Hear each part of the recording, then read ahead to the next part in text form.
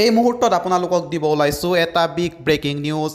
ৰাখে হৰি মাৰে কোনে, এই আপ্ত বাক্যশাৰী যেন আজি সত্য প্ৰমাণিত হ'ল। ডিমাপুৰ ৰেল ষ্টেচনত সংঘটিত হ'ল এনে এক আজব ঘটনা।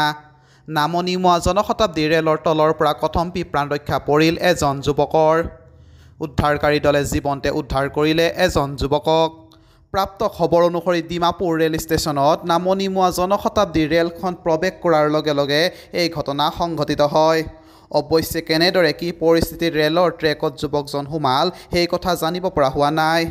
বাতৰি লিখা পৰলৈকে যুৱকজনৰ পৰিচয় জানিব পৰা হোৱা নাই।